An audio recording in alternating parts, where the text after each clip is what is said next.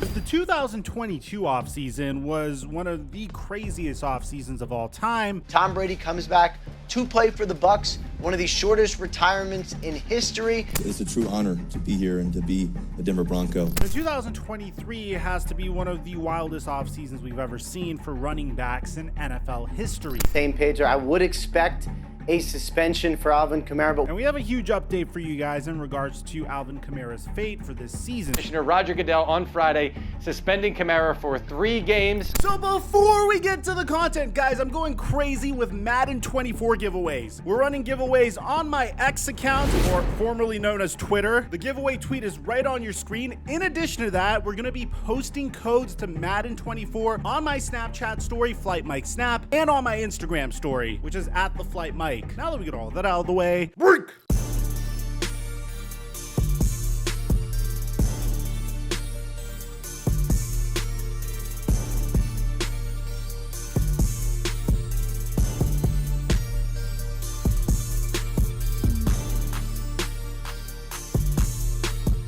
Ladies and gentlemen, the NFL is finally back. That's impossible! But I'm gonna admit, the preseason is boring as shit.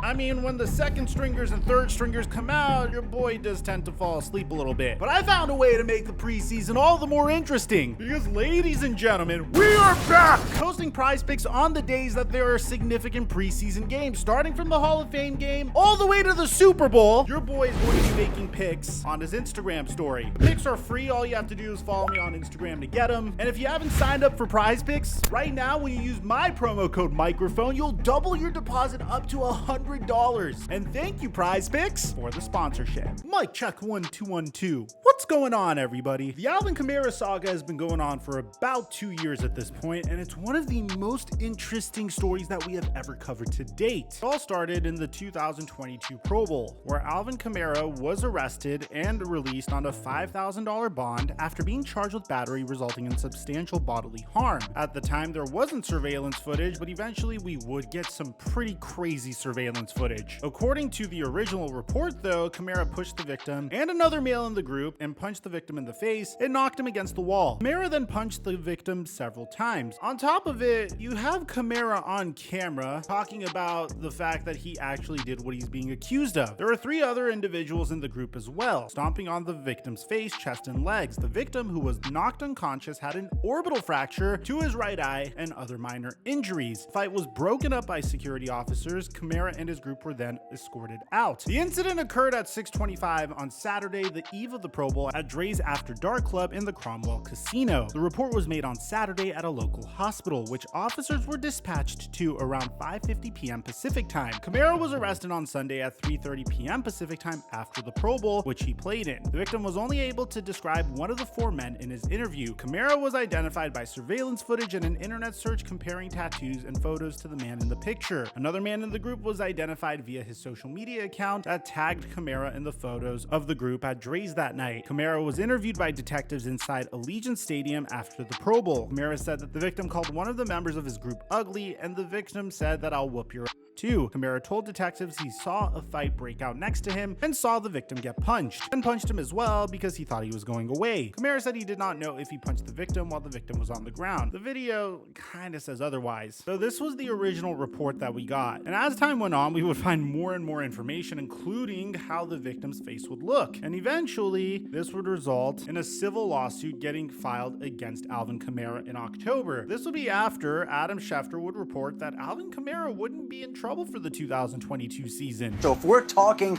about Alvin Kamara from a fantasy standpoint, there's a real chance, Field, that the status of that case is not going to affect his availability this season. Now, at some point in time, depending on what the investigation shows, yes, he could be disciplined. But in terms of this season, his attorneys keep pushing out the case. It keeps being pushed back. And by the time that there's resolution to it, this season may well be underway, and Alvin Kamara may be on the field for the majority, if not all, of this season. The lawsuit would then state that the plaintiff, Darnell Green, alleges that Kamara and the other men involved beat Green and stomped on him when he was on the floor unconscious outside of a Las Vegas nightclub on the morning of February 5th prior to the Pro Bowl. It alleges that Kamara shoved Green into a wall, repeatedly punched him in the face, including after he had fallen to the ground, and bragged about the assault to a friend as they were leaving the club. Now, I thought this part was scary. Green's lawsuit asked for a jury trial and compensatory and punitive damages of no less than $10 million. It seeks $5 million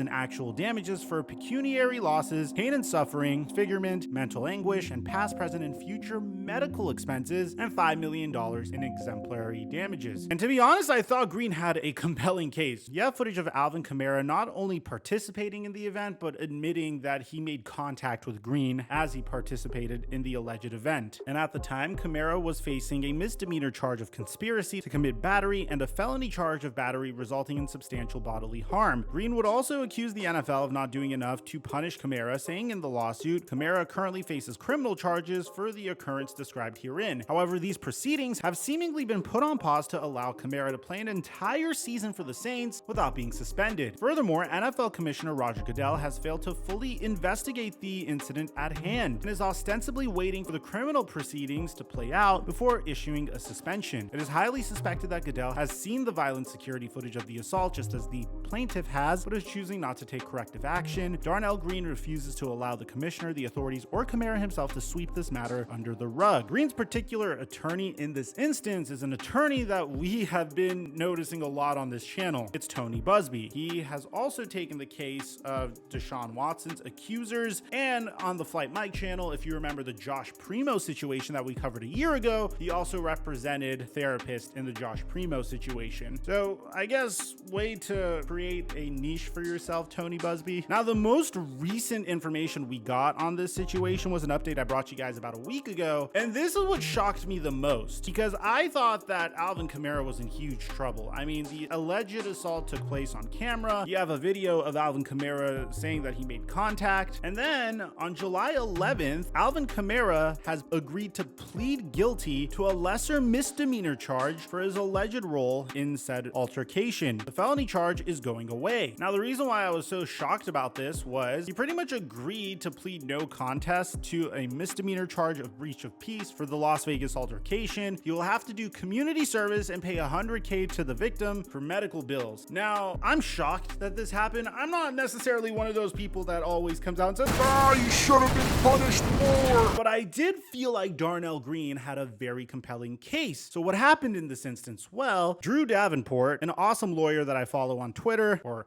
X, by the way, follow us on X if you want to tip us off on news that's going on, said this is what went down. A plea deal has been reached in the Alvin Kamara case. He is reportedly pleading no contest to a misdemeanor and the felony will be dismissed. I'm a little surprised the case has already settled this far in advance of the trial. However, the smart move for these guys is to settle as far ahead of the season as possible if they're going to settle and not go to trial. This is a shrewd finish to this case all around for Kamara and his team. At the same time, I was on record as saying that it would be difficult to settle because of the injuries, but the plea agreement reportedly involves $100,000 to the victim's medical bills, which would remove a significant obstacle to settling, making the victim happy/whole. It wouldn't shock me if there is a follow-up to this plea deal that involves a settlement in the civil case as well, but we shall see on that, and it isn't super relevant to his playing status. The plea deal is reportedly a no contest plea to breach of peace. What is no contest? Well, it simply means that the defendant is not contesting the facts in the complaint and will allow the court to decide guilt or innocence based on the documents from the case. This almost always results in a guilty finding by the court. I've had judges find someone non-guilty on a no contest plea, but that's pretty unusual and won't happen here. Breach of peace in Las Vegas is a misdemeanor and carries a fairly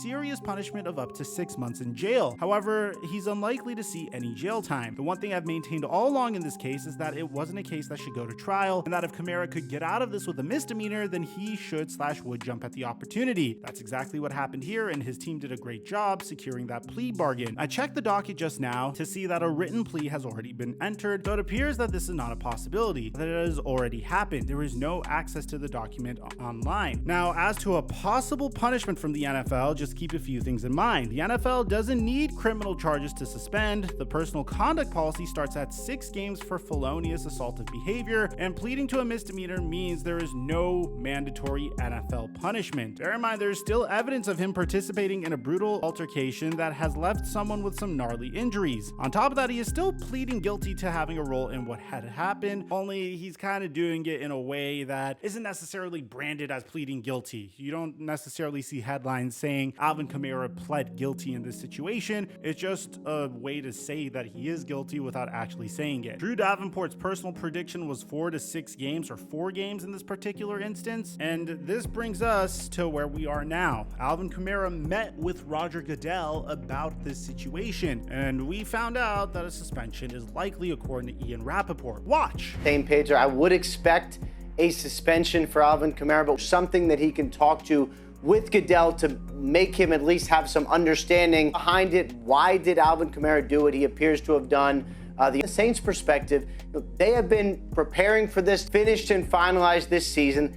On the field, they are ready for it. They can certainly withstand Alvin Kamara's absence if it's 2 games, 4 games, or even 6 games. And ultimately, we got an answer that I have to admit I wasn't expecting myself. Because according to Adam Schefter and Ian Rappaport, the NFL is suspending both Alvin Kamara and Chris Landman. So sources, the NFL is suspending Saints running back Alvin Kamara for 3 games for his role in a fight outside of a Las Vegas nightclub in 2022. Kamara reached a plea agreement in July and is no longer facing a felony charge for his role in the fight that occurred before the Pro Bowl in February of 2022. I did expect a longer punishment. I mean, historically for things like this, I was expecting at least 4 games. Now, 3 games isn't that much different than 4 games, but Ian Rappaport's report was this. Alvin Kamara has been suspended for 3 games for violations of the personal conduct policy for his role in an altercation around the time of the 2022 Pro Bowl. Kamara had pleaded down to a misdemeanor, settled his civil suit, and said today that I was completely wrong. So this is what Alvin Kamara had to say about the situation. I was completely wrong. I embarrassed the Saints. I embarrassed my family and my mother. I embarrassed myself. I embarrassed the city and the Shield, obviously. Embarrassed the NFL. So you might be wondering, what games are Alvin Kamara going to miss? Well, he's going to miss week 1 versus the Tennessee Titans, week 2 versus the Carolina Panthers, and week 3 versus the Green Bay Packers. I can't really say what games are winnable or losable. I mean, the Titans are really trying to push towards contention. Their game against the Panthers really depends on how well Bryce Young does as a rookie, and their game versus the Packers really depends on how good Jordan Love truly is. I think week 2 and 3 could potentially be winnable games with or without Kamara, but at the end of the day, in the grand scheme of things, this doesn't seem to be that significant of a punishment. Now, Ian Rappaport also says that Chris Landman of the Indianapolis Colts is also suspended for 3 regular season games. Now, the Saints were really prepared for this scenario. They signed Jamal Williams in the offseason. They drafted Kendre Miller as well in the offseason to fill the void that Alvin Kamara could potentially leave in his suspension, but I felt like they were expecting a longer suspension than this. At the end of the day, man, Alvin Kamara needs to give his legal team a gigantic bonus, because the fact that this went from Alvin Kamara paying a significant sum of money, bear in mind, the initial lawsuit was $5 to $10 million. The man looked horrible. There were images. There was Alvin Kamara caught in 4K, not only committing the act, but also admitting that he made contact with the dude's face. And after all of it, he was able to settle for the man's medical expenses, which was $100,000, and is only getting suspended for 3 regular season games. I give a tremendous amount of props to Alvin Kamara's legal team for getting this done for him, and I have to admit, I am very surprised that this has happened. Let me know what you guys think about all this in the comment section down below. Aside from that, I'm your boy Mike. I'm dropping our mic until our next upload.